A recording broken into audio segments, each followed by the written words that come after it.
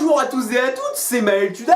Aujourd'hui on se sent inclusif, n'est-ce pas? Eh vraiment. Donc aujourd'hui nous allons analyser de manière complètement rationnelle, objective, parce que avant tout je suis la voix de la raison, du contenu d'une autre chaîne YouTube, donc parce que ça me fait aussi moins de choses à faire. Nous allons aujourd'hui parler d'une fantastique vidéo qui justement a pour sujet les HPI, HQI, HPE, toute cette faune qui mérite bien sa place dans le grand zoo de l'humanité. Ah bah vous êtes des singes. Avant de commencer, histoire de me prémunir contre les 2-3 attardés qu'il y a derrière vous, donc ceux qui vont dire ouais t'es normopensant, tu peux pas comprendre, ouais t'es lambda, ouais t'es un moldu, déjà sérieusement.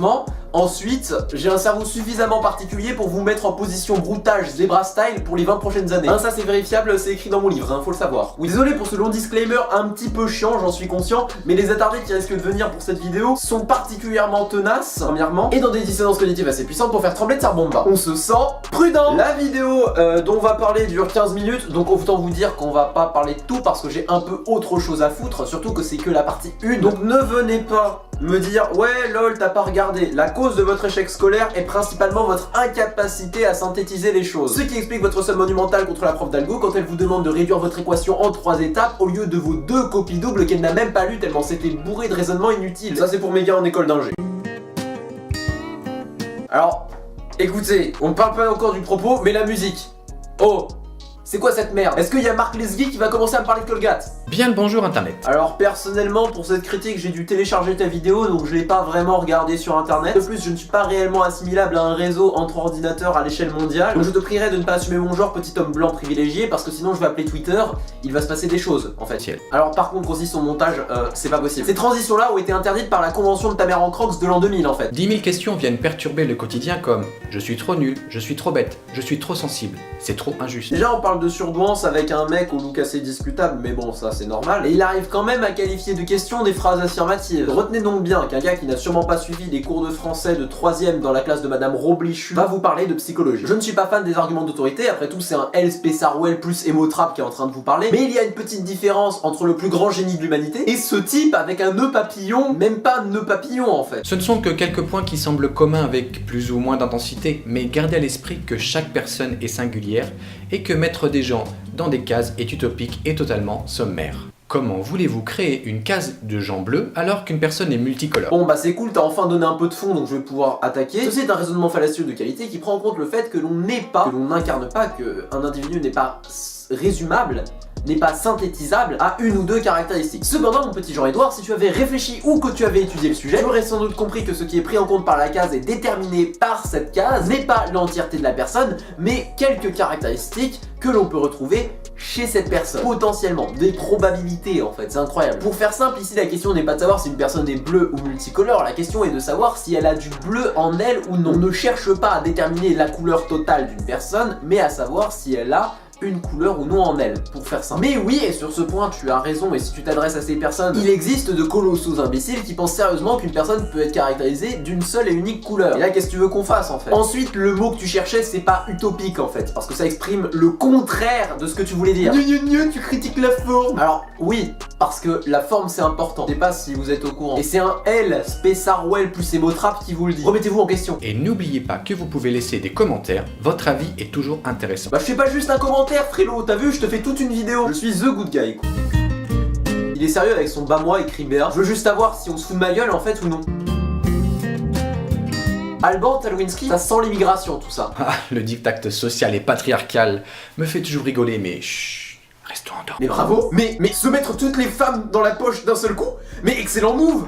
Bravo! Non franchement félicitations. Même avec mon deck full Exodia je peux pas faire mieux. Un pareil tir groupé. Donc il explique ensuite dans l'exemple assez discutable d'un individu en face d'un psychologue, individu cherchant des réponses, psychologue en donnant à partir d'un test de QI, que certaines fois justement le fonctionnement des tests n'étant pas adapté, les résultats donnés par les psychologues et les explications fournies par les psychologues ne sont pas non plus adaptés. Et là, sans s'en rendre compte, je pense, il met en évidence le problème de l'incompétence de certains psychologues. Psychologues qui, face au doute des patients, ne font qu'user de syllogismes et de justifications fallacieuses pour en tirer l'interprétation souhaitée étant l'interprétation que l'on a faite en premier lieu au regard des résultats du test. C'est assez intéressant et sur ce point nous sommes plutôt d'accord s'il en a parfaitement conscience que c'est un problème qui est lié aux psychologues et non pas tant aux personnes ni aux tests en soi. Les tests sont juste variés et calculent différentes choses. Point. Tous ces points. Pour tout ce qui n'est pas calculé par le QI selon lui, on va pas lui donner raison ni tort parce que justement il y a trop de tests. Il y a des tests qui calculent différentes choses au final. Et pour ce qui est du potentiel émotionnel, je vois pas trop le rapport. Le potentiel émotionnel est bien différent du potentiel intellectuel. Ça n'a rien à faire ici en fait. Quelqu'un qui ressent d'une autre manière, qu'est-ce que ça a putain de foutre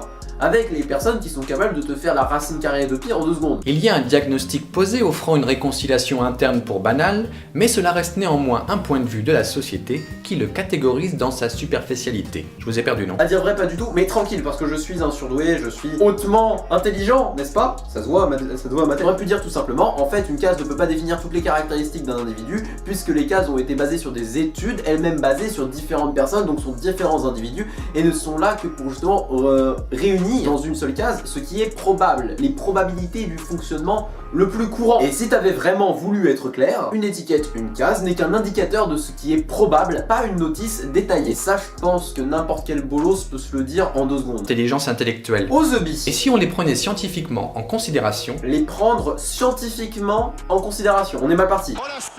Reprenons ensemble les différentes phrases qu'un surdoué se pose constamment. Ah, cette fois c'est les phrases qu'un surdoué se pose, c'est plus les questions. Bien joué, il a corrigé entre temps. Entre temps, vous voyez, il y a eu un rattrapage de collège. Il y a eu le brevet, tu vois. La société actuelle nous impose une norme de pensée, que ce soit à l'école où tous les élèves se doivent de réfléchir unanimement sur un programme prédéfini, ou dans la vie quotidienne où la société te dicte ce qui est bien. L'apparence, s'apprêter de telle sorte, sortir le soir entre amis c'est cool, aller voir en masse le dernier concert de Jules. Alors Billy, un tout petit truc, mais vraiment un tout petit truc. Pourquoi tu parles de normes sociales? Parce que tu parles de normes de pensée, je peux comprendre. La norme de pensée, pourquoi pas la norme de réflexion? Mais là tu parles de normes sociales. Ça n'a aucun putain de rapport avec l'intellect. Un surdoué, HP ou tout ce que tu veux, peut parfaitement s'épanouir dans cette société. En voir les défauts et les autres aspects, bien sûr, mais s'épanouir dedans. Et vivre très bien et aller au concert de Jules. Là on dit pas Jules, on dit Jules. Je commence à comprendre de quoi on parle en fait. Il aurait fallu que je fasse une vidéo, comment être un surdoué de base, vous auriez peut-être mieux compris. Ça aurait été exactement la même chose en fait. Sa vidéo, on peut la renommer comment être un surdoué de base. Je ne suis pas adapté à la société actuelle dont les normes sont actuellement futiles, serait plutôt judicieux à dire. Alors en fait, il y a un petit truc. Je sais que ça va te paraître un petit peu fou, ça s'appelle la subjectivité. Donc tu peux trouver les normes futiles, aucun souci, c'est ton droit le plus strict. Cependant, les normes ont une raison d'être et apportent quelque chose à la société ainsi qu'aux individus. Je vais pas t'expliquer ça aujourd'hui parce que c'est pas le propos, mais si tu veux qu'on en discute, tu viens me voir. Y a pas de souci, j'ai un Discord. Et tu peux être un individualiste en fait, mais cette société est aujourd'hui une nécessité. Ah, et au niveau des cases, vous vous rappelez, il dénonçait ça en fait au début de vidéo. Vous commencez à la voir l'hypocrisie ou ça se passe comment? L'idée d'un HP, c'est qu'il est perfectionniste. Non. Alors pourquoi les gens n'utilisent pas leur clignotant? Déjà, cela fait partie d'un nombre X de gens qui n'utilisent pas leur clignotant, donc pas tout le monde. Ça a changé les problèmes de maths en 6ème. C'était mon étude sociale de l'importance de la fonction du signalement visuel à l'usage des cons. Ah, à l'usage des cons. Bah du coup, je présume que ça t'embêtera pas si je suis un petit peu condescendant avec toi. Pourquoi définissez-vous le savoir par l'assemblage inapproprié du mot culture et général? Alors, la culture générale, c'est pas exactement la même chose que la putain d'encyclopédia universalis en fait. Il préfère la compagnie des plus âgés. Il recherche en l'autre la maturité et la profondeur des réflexions car, ne dit-on pas qu'il est précoce? Cette maturité se retrouve chez les personnes dites normales, avec le temps qui passe, normalement. Cette maturité est déjà présente chez les HP, alors si 2 HP se rencontrent, c'est une aventure extraordinaire. Pardon, j'ai passé l'éponge quand tu parlais de recherche de la profondeur de réflexion et de maturité, mais est-ce que tu te fous de ma gueule? Ça va pas se passer comme ça en fait. Pour ceux qui ne comprendraient pas ce que je veux dire par là, en fait, la maturité est une norme sociale et surtout une norme subjective, quelque chose que l'on établit par rapport à notre subjectivité. Par extension, chercher ça chez les adultes, etc., c'est donc se baser sur une norme, sur le fait que normalement, ils ont une profondeur de réflexion plus poussée et une maturité, pour au final trouver une norme qui est plus en adéquation avec la nôtre. Avant, il nous dit, dans la norme sociale, ils s'épanouissent pas. Ah ouais, mais en fait, c'est trop bien la norme sociale. Il y a un problème. Pourquoi à l'école, il n'y a pas de matière pour apprendre la confiance en soi ou l'empathie? Mais il a vraiment osé cet imbécile. Alors, rapide cours, s'il vous plaît. Excusez-moi. Mais dis donc, Jamy, et comment ça fonctionne l'empathie? Eh bien, Fred, c'est très simple. Cela fonctionne grâce aux neurones miroirs, qui sont des neurones dans ton petit cerveau. C'est quelque chose de naturel, donc ça ne s'apprend pas. Putain! Pourquoi les gens sont si attirés par les beuveries et se contentent de la médiocrité musicale? Parce que oui, la fonction première des chansons actuelles sont en premier lieu de vendre et de se faire de l'argent. Le mec qui me met la putain de musique à la guitare la plus basique qui soit en intro et qui dit que c'est composé, me dit LOL, médiocrité musicale. Je vais commencer à me poser des questions et elles me plaisent pas en fait. Donc bon, ce qu'il faut retenir de cette vidéo, ma foi, très intéressante. Les gens ne sont pas tous pareils et ont tous leur individualité. Mais je vais tous les décrire de manière identique en nuançant un petit peu par-ci par-là pour faire genre je nuance alors qu'en fait pas du tout. Et je vais donc les mettre dans une case que je critiquais juste au début. Parce que c'est très rigolo. Assez décevant au final. T'as globalement fait la même chose que n'importe quel attardé random quand il veut décrire les surdoués. Et dire ouais non en fait c'est pas juste des gens plus intelligents. Donc bravo déjà d'avoir réussi l'exploit de dire je vais pas faire comme tout le monde et de faire comme tout le monde. Petite précision, je suis conscient qu'il a précisé en début de vidéo qu'il allait faire des généralités afin d'évoquer certains questionnements. Le souci que je souhaite ici relever est l'incohérence entre sa volonté,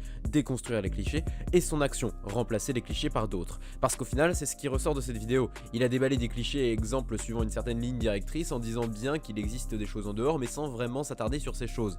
Un tour d'horizon des possibilités aurait été bien plus intéressant.